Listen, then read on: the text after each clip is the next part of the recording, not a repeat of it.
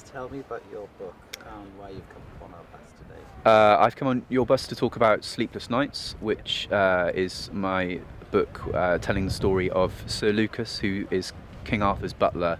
So he's the man behind the myth who was there in the glory days of Camelot, supporting the legend from behind the scenes, and is also doing so in modern Wales when the knights are living among us in secret as the book opens. Okay, so did King Arthur actually have a butler?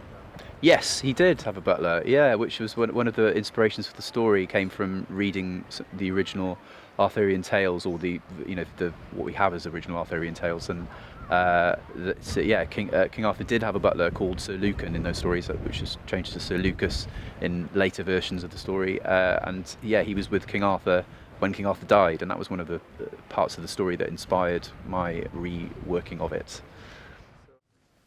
Questing beast, yelping beast, yellhound, yelper, hound of doom, beware the sword of Pellinore that seeks for thee by sun and moon.